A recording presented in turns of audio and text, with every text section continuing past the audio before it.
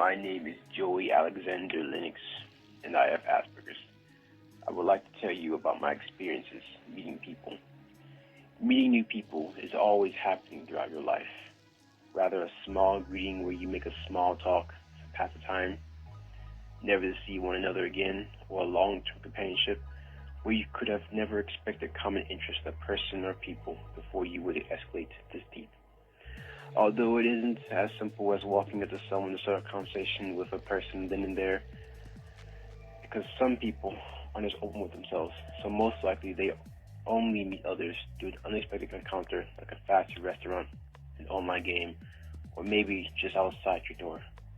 As random meetings go, there are hotspots for socializing, which includes clubs, parties, dating sites, and speed dating. However, they aren't really reliable and are oftentimes dangerous. First of all, clubs play loud, extremely monotonous, ear-deafening music.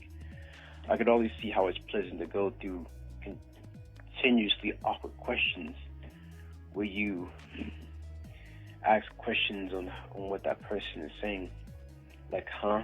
Or what are you saying? Or could you speak louder? These examples are constant in clubs. Seemingly, a person would have to scream in others' ears to pass a slight message off to them. Seemingly, their tongues have to wiggling in their ear for the words to be carried on. Furthermore, it isn't just loud, it's uncomfortably crowded. It's so packed that when one person falls, it begins a domino effect. It's perhaps the most extreme method, but could be mentally and physically draining. Next are parties, younger brother clubbing, so it may not be as intense. It might also be dangerous if unsupervised. There are too many ways on how parties can get ruined within minutes. If the music is too loud, the cops come to keep the peace, and if it's underage drinking parties, most people would be jailed. There might be a fight amongst yourself, which is very possible if people have grudges. There might even be a murderer who tries to prey on suspected victims. Looking over your shoulder to find your death may not be your type of party.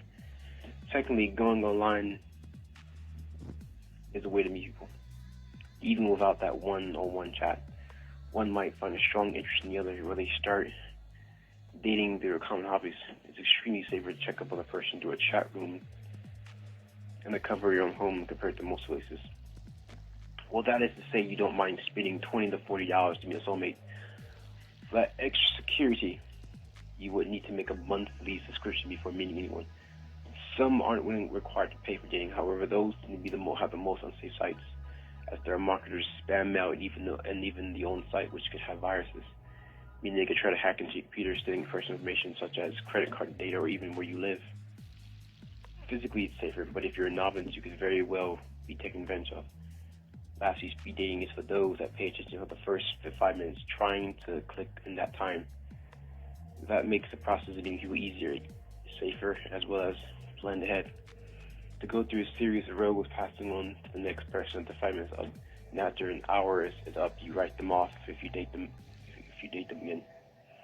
Meeting people is complex, so be sure to have a plan.